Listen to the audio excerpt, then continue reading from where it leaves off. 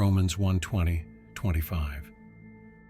For since the creation of the world, his invisible attributes are clearly seen, being understood by the things that are made, even his eternal power and Godhead, so that they are without excuse, because although they knew God, they did not glorify him as God, nor were thankful, but became futile in their thoughts, and their foolish hearts were darkened. Professing to be wise, they became fools, and changed the glory of the incorruptible God into an image made like corruptible man, and birds and four-footed animals and creeping things. Therefore God also gave them up to uncleanness in the lusts of their hearts, to dishonor their bodies among themselves, who exchanged the truth of God for the lie, and worshipped and served the creature rather than the Creator, who is blessed forever. Amen. In these verses from the first chapter of Romans, Paul is speaking about you and me.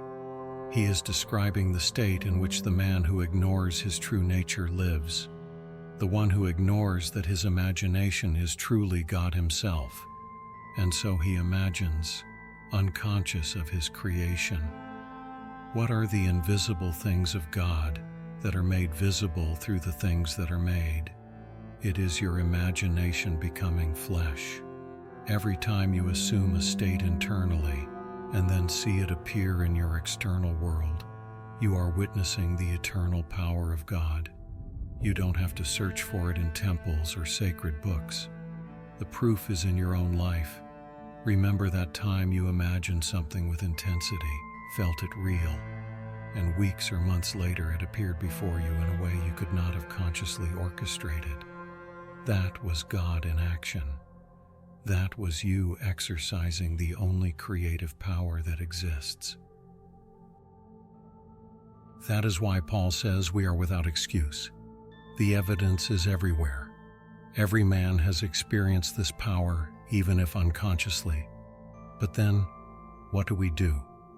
We see the manifestation and give credit to the man who helped us, to the opportunity that presented itself, to the contact who recommended us, to luck. We do not glorify God as God. We do not recognize that it was ourselves, operating as the creative imagination, who produced that reality. And by not giving thanks to God, by not recognizing the true cause, we become futile in our thoughts.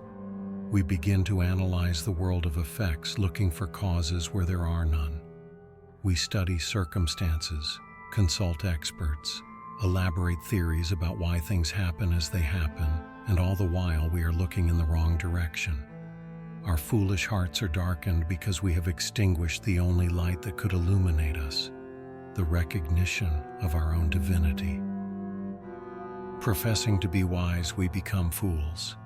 The educated man of the world, the one who knows all the apparent causes of external phenomena, is the most blind of all. He believes he knows how reality works, and precisely for that reason he cannot change it. He has built a prison of reasoning that keeps him enslaved to effects. And here comes the central phrase of the entire passage.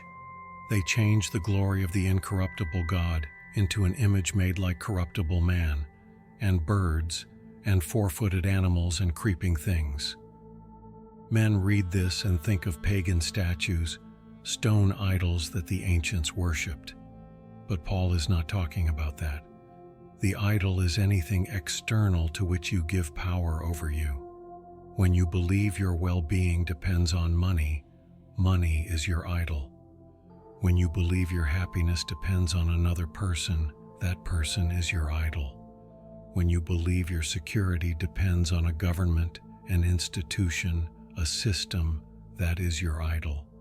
You have changed the glory of your own imagination, which is incorruptible God, for corruptible images of the external world. Therefore God gave them up to uncleanness. This sounds like punishment, but it is not. It is simply the law operating.